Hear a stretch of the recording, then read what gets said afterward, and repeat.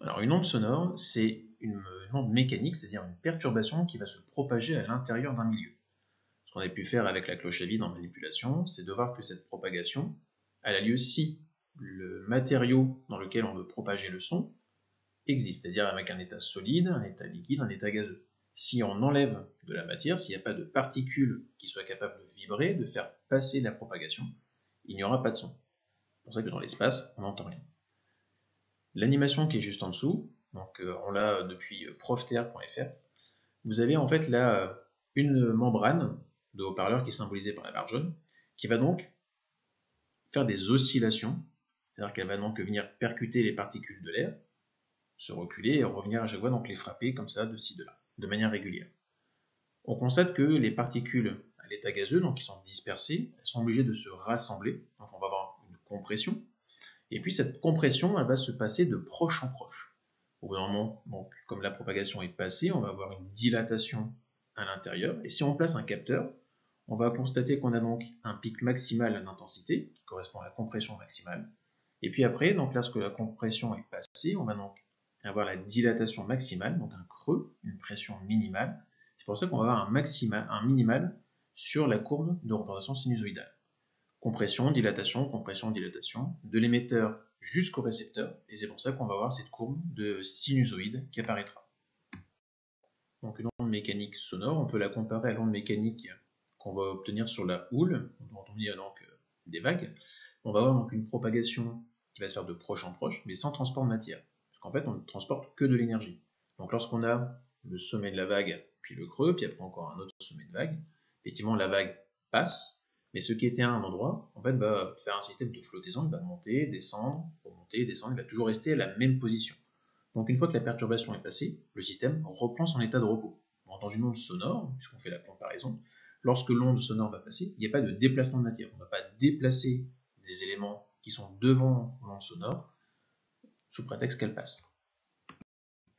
Donc sur une onde sonore, en fait, il y a deux caractéristiques fondamentales à avoir.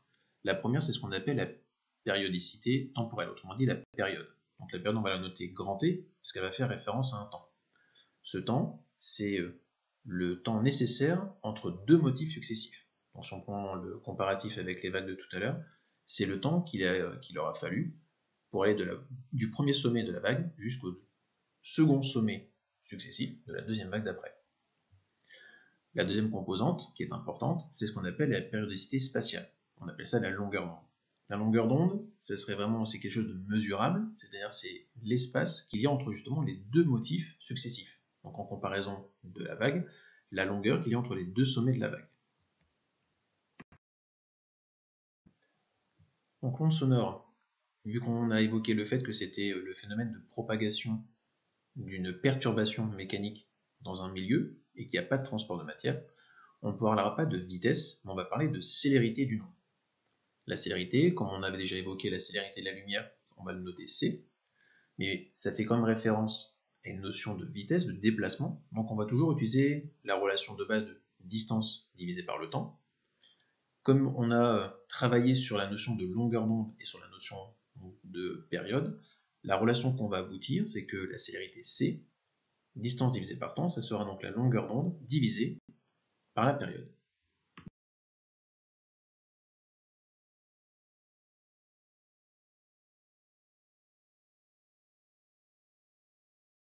Quand on parle des ondes, et notamment les ondes sonores, on a donc des caractéristiques, et surtout une en particulier, qui s'appelle la fréquence.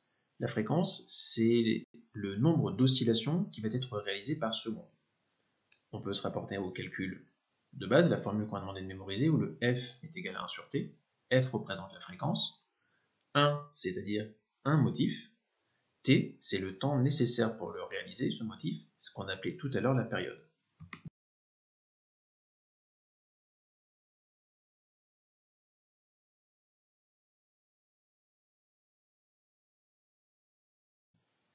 Dans le domaine musical, ces ondes acoustiques, on va les utiliser, on va les étudier pour construire l'instrument. Si on prend l'exemple de la guitare, du piano, le violon, la corde en elle-même, effectivement, elle va émettre un son lorsqu'elle est mise en vibration, mais ce son n'est pas suffisant en amplitude, en intensité pour être audible. Ce qu'on a besoin, c'est de l'amplifier naturellement.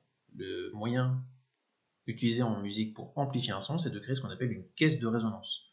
C'est-à-dire que le son va être amplifié à l'intérieur du matériau en ayant un gros volume d'air avec donc, du coup, de la matière qui est capable de faire des compressions, des dilatations.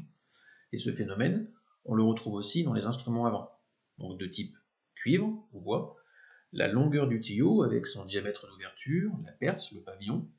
On va avoir une certaine quantité d'air qui va résonner à l'intérieur, qui va être capable de se déplacer, et donc la longueur, l'ouverture, va permettre de jouer sur le côté aigu, grave, d'avoir aussi des sons qui vont sortir plus ou moins rapidement, et d'avoir donc des vibrations plus ou moins rapides et fortes. Donc dans le domaine de la musique, on va essayer de distinguer deux types de sons, ce qu'on appelle les sons purs et les sons complexes. Les sons purs, ce sont les sons qui sont proposés par exemple par un diapason. On n'a qu'une seule fréquence qui est émise, c'est-à-dire qu'on n'a qu'une seule note, qu'on appelle avec une seule harmonique, et donc on a un son qui va représenter une sinusoïde parfaite, pure. A l'inverse, un son complexe, c'est l'association de plusieurs sinusoïdes, autrement dit, de plusieurs fréquences, de plusieurs sons. On va trouver notamment la fréquence fondamentale, puisque c'est la note qui sera jouée, mais à l'intérieur du son, on va trouver aussi d'autres petites fréquences, donc on appelle les autres harmoniques, parfois même des enharmoniques, qui vont donc donner le timbre, donc le son caractéristique à d'autres instruments. Et donc finalement, un son complexe, c'est une somme de sons simples, avec notamment un son qui aura une amplitude un peu plus élevée que les autres. Donc la perception d'un son, donc d'une onde sonore, on va donc lui donner trois composantes. Ces trois composantes, c'est ce qu'on appelle le timbre, la hauteur, l'intensité. L'intensité, communément, c'est ce qu'on appelle donc l'amplitude du son qu'on est capable de recevoir. Ça correspond donc à l'amplitude de la vibration de l'onde sinusoïdale qui passe. La hauteur, ça correspond par contre à la fréquence de la note, la fréquence du son qu'on cherche à obtenir pour entendre. Le timbre, en revanche, lui, c'est la caractéristique du son qui permet justement de différencier le son, donc avec de même hauteur, de même intensité. Pour donner un petit peu donc un exemple, le timbre, c'est ce qui permet de différencier une trompette d'une guitare lorsque tous les deux vont jouer la même note. Si tous les deux jouent un La, on arrive à distinguer l'oreille la hauteur, donc la note, le La 3 majeur par exemple, qui est donné en exemple, mais le timbre permettra donc nous, c'est-à-dire avec toutes les autres petites fréquences mélangées dans le son complexe, de différencier donc la trompette de la guitare.